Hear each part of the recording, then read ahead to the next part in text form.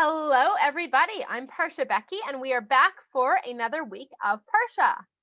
As I'm sure you recall, we are currently reading the first book of Torah, the book of Bereishit, which means at the start, because we're at the start of the Torah, at the start of the world, and at the start of our story. This week's Parsha is called Chayei Sarah, which means Sarah's life. And it's called that because the Parsha starts off right at the end of Sarah's life. And it tells us that Sarah has lived for 127 years when she reaches the end of her life. And now Abraham needs to bury Sarah. So he goes to his neighbors and he says, listen, I'm new in the neighborhood. I don't own land here yet. I'm not from here. So I would really like it if one of you could sell me some land to turn into a cemetery so that I can bury my wife Sarah. And the neighbors, they say, hey, Abraham, you can just take whatever land you want. None of us are going to stop you, whatever you want. And Abraham says, that's very nice of you. Obviously, I'm going to pay for whatever land I use. But if you really mean that I can take whatever land I want, then I would appreciate it if you help me convince this guy Ephron to sell me his land, which has a special cave in it called Me'arat HaMachpelah, the cave of Machpelah, because that's where I really want to bury Sarah. And Ephron is right there, so he gets up. He says, Abraham, you want my cave? Take my cave. It's yours for free. And Abraham says, that's very nice of you, but I'm going to pay for it fair and square. And Ephron says, well, if you really want to pay for it, then that's 400 shekels, please. So Abraham pays him the 400 shekels. And in exchange, Abraham gets the whole field and all the trees growing in the field, everything in the field, including the cave of Me'arat HaMachpelah. And he buries Sarah in Me'arat HaMachpelah. Now, at this point in time, Abraham is very old.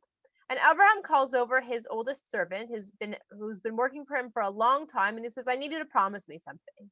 And the servant says, okay, I promise. What do you need? What do you want me to promise? And Abraham says, well, I want Yitzchak to get married to somebody who's a good person, who believes in Hashem, who's from my family. I don't know the people from this neighborhood. I want it to be someone from my family where I know the people. So I want you to go back to where my family lives, where I come from, and find somebody who's a good person who believes in Hashem and bring her back here to marry Yitzchak. And his helpers is like, hang on, like I want to promise that. I want to do what I can, but I can't make other people's choices for them. What if I find this person and she doesn't want to come back here? Should I bring Yitzchak there to her? And Abraham says, no, no way. Yitzchak stays in Israel. Yitzchak has got to live in Israel his whole life. And Abraham adds, he says, listen, I believe that Hashem will help you to be successful, to find the person, and to convince her to come back here to marry Yitzchak. But if I'm wrong, and you are not able to convince her to come back here and marry Yitzchak, then the deal's off, the promise is off. You're not breaking your promise to find him someone from around here. But you do not let Yitzchak leave Israel. Got it? Got it. So his helper says, I promise I will do my best to find somebody who's a good person from your family to bring her back here and marry Yitzchak. And he takes 10 camels that belong to Abraham, and he loads them up with all sorts of nice stuff of Abraham's that Abraham says to bring, and he rides off to the country of Aram, where Abraham is from. And when he gets to Aram, he stops just outside the city at a well of water, and he prays. Abraham's helper now prays to Hashem, and he says, listen, Hashem, I know you love Abraham. I want you to help Abraham, which means you have to help me. I'm going to sit here at this well, and every time a girl comes here, I'm going to ask her to please give me some water. And here's what I need from you, Hashem, he says. I'm not a mind reader. I don't know who's a good person. So you're going to give me a sign. And the sign will be the girl who says that she will give me water and she will give water to my camels. That's the sign between you and me, Hashem, that she's the right person to marry Yitzchak. He is not even finished talking. He's still being like, okay, God, you got it. We good? When a girl shows up to the well with a jug for water on her shoulder. So Abraham's helper runs over to her. He says, excuse me, I'm very thirsty. Can I please have some water? And she says, sure, no problem. And she dunks the jug in the well. She gives him some water. And while he's drinking, she says, and you know what? When you're done, I'm also going to give some water to all your camels until they're finished drinking. And she takes the jug. She runs to the well. She fills it up. She runs to the camels and pours the water into the camels' water dish and back to the well and back to the camels and back to the well and back to the camels. She's running back and forth, getting so much water. And he's watching her like, he's like, this is amazing. She's doing exactly what I asked Hashem for and more. And he goes over to her when she's done, and he puts these two bracelets on her wrist. He's like, here, this is for you. And he says, you know, who are you? What's your family like? Where are you from? And she says, oh, my name is Rivka. I'm actually the granddaughter of Abraham's brother. And he's like, this is amazing. She's even from Abraham's family, like I was supposed to look for.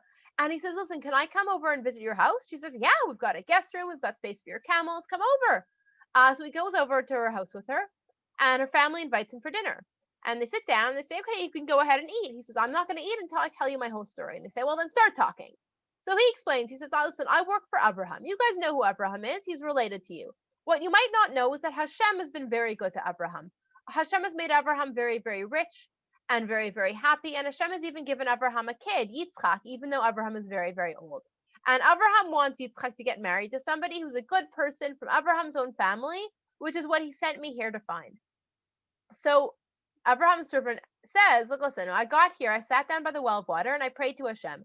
And I said to Hashem that I would ask every girl who came to the well to give me some water, and I would know from Hashem that she's the right girl to marry Yitzchak if she offered water to my camels as well. And guess what, Abraham's helper says? I was not even finished talking when you know who came? Your daughter Rivka. And I asked her for water, and she gave me water, and she gave water to all my camels. So I know it's like from Hashem that she's supposed to marry Yitzchak. And Rivka's family say, well, wow, like you're right. It sounds like Hashem says Rivka's supposed to marry Yitzchak. Who are we to argue with Hashem? So yeah, sure. I guess you can let Rivka go marry Yitzchak. And Abraham's helper says, great, amazing. Rivka and I will leave first thing tomorrow morning. They're like, what? Tomorrow? We meant in like 10 years maybe. And he's like, 10 years? I'm not waiting 10 years. I'm in a hurry. I'm doing so well. Hashem is helping me. I got to get this done now, not in 10 years. And then they have a crazy idea. Like nobody's ever had an idea this crazy before. They're like, okay, I know this is like an insanely weird suggestion, but what if we ask Rivka to decide for herself who she wants to marry and when she wants to get married? I know, ridiculous, but worth a shot. So they call Rivka over and they're like, hey, Rivka, do you want to marry Yitzchak? And she's like, yeah, I want to marry Yitzchak. And they're like, okay, when do you want to marry Yitzchak? And she's like, I want to marry him right now. So they say, okay, well, I guess if Rivka wants to marry him, then no problem. Okay, take Rivka back with you and she'll marry Yitzchak. And Rivka's family say goodbye to her. They say, Rivka, we love you very much. We hope you have like a wonderful time and a happy marriage. And I hope Hashem takes good care of you and gives you lots of good things. And Abraham's helper gives Rivka's family some more presents. And then he and Rivka ride off back to Abraham's house on the camels. And they're riding, they're getting close to Abraham's house. And meanwhile, Yitzchak is going for a walk in the field outside Abraham's house. And he's walking and they're riding. And Rivka sees Yitzchak. And he's so handsome that she falls right off her camel. She gets up and she asks Abraham's helper, she's like, who is that guy? And he says, that's Yitzchak, the guy you're supposed to marry. And she's like, oh my gosh. And Rivka sees Yitzchak. And Yitzchak sees Rivka. And it's love at first sight. And they fall deeply in love and they get married and they are so happy together. And speaking of people getting married, Abraham also gets remarried. He marries a nice woman named Keturah and they are very happy together and they have a bunch of kids. And when Abraham's kids grow up, he gives them lots of presents. And he says to them, listen, like the land of Israel already belongs to Yitzchak, but you guys can move out east and find somewhere nice to live there. And Abraham lives to the age of 175.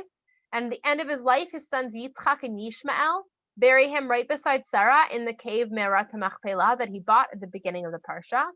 And the Parsha also tells us that Yishmael has 12 kids and he lives to the age of 137.